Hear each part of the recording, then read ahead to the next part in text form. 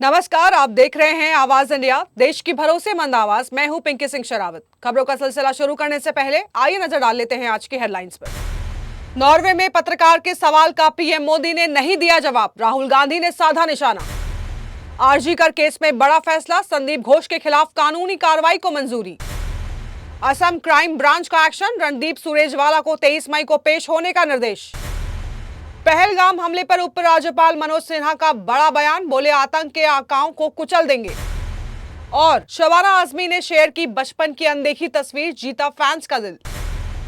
अब खबरें विस्तार से। नॉर्वे दौरे के दौरान प्रधानमंत्री नरेंद्र मोदी ने एक स्थानीय पत्रकार द्वारा सवाल पूछने की कोशिश के बाद सियासी विवाद खड़ा हो गया है। सोशल मीडिया पर वायरल वीडियो में पीएम मोदी बिना जवाब दिए आगे बढ़ते नजर आए। इस वीडियो को शेयर करते हुए कांग्रेस नेता राहुल गांधी ने प्रधानमंत्री को घेरा और कहा कि दुनिया एक डरे और घबराए हुए प्रधानमंत्री को देख रही है। राहुल ने सवाल उठाए कि जब छिपाने के लिए कुछ नहीं है तो घबराने की क्या जरूरत है। उन्होंने ये भी कहा कि ऐसे घटनाक्रम का भारत की छवि पर क्या असर पड़ता है।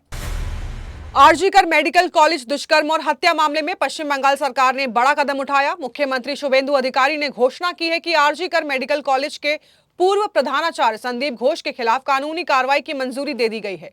इसके बाद अब ईडी को उनके खिलाफ कानूनी प्रक्रिया और अभियोजन चलाने की अनुमति मिल गई है।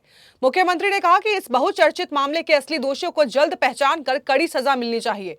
उन्होंने पिछली सरकार पर जांच में बाधा डालने का आरोप भी लगाया और कहा कि कानून से ऊपर कुछ नहीं है।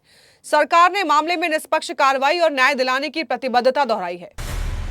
असम में कथित पासपोर्ट विवाद को लेकर सियासी हलचल तेज हो गई है। असम पुलिस की क्राइम ब्रांच ने कांग्रेस सांसद रणदीप सिंह सुरजेवाला को समन जारी कर 23 मई को गुवाहाटी में पेश होने के निर्देश दिए हैं।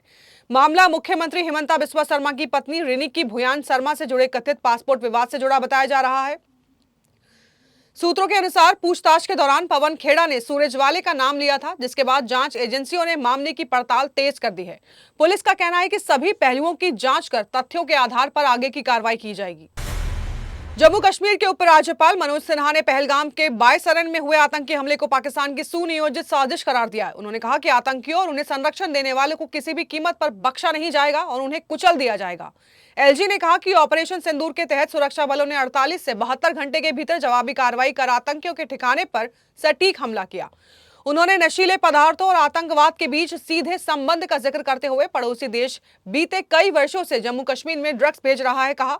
मनोज सिन्हा ने दावा किया है कि सुरक्षा एजेंसियां लगातार सतर्क है और घाटी में आतंकी संगठनों में स्थानीय युवाओं की भर्ती लगभग खत्म हो चुकी है। उत्तर प्रदेश सरकार ने पंचायत चुनाव में ओबीसी आरक्षण को लेकर यूपी राज्य स्थानीय ग्रामीण निकाय समर्पित पिछड़ा वर्ग आयोग के गठन को मंजूरी दे दी है। मुख्यमंत्री योगी आदित्यनाथ की अध्यक्षता में हुई कैबिनेट बैठक में यह अहम फैसला लिया गया। आयोग प्रदेश में पिछड़े वर्गों की जनसंख्या, सामाजिक स्थिति और पंचायतों में उनकी भागीदारी का अध्ययन करेगा। इसके आधार पर निकायवार अनुपातिक आरक्षण तय करने के लिए अपनी सिफारिशें देगा। आयोग को 6 महीने के भीतर रिपोर्ट सौंपनी होगी, जिसके बाद आरक्षण लागू कर पंचायत चुनाव कराए जाएंगे। महाराष्ट्र के पालघर जिले में मुंबई अहमदाबाद नेशनल हाईवे पर सोमवार को भीषण सड़क हादसे में 13 लोगों की मौत हो गई, जबकि 20 लोग घायल हो गए हैं।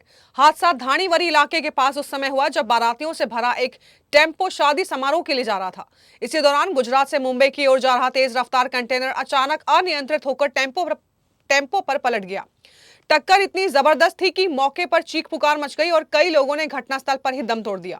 हादसे के बाद कुछ समय तक हाईवे पर यातायात भी बाधित रहा। सूचना मिलते ही पुलिस और राहत दल मौके पर पहुंचे और घायलों को अस्पताल पहुंचाकर बचाव अभियान शुरू किया गया।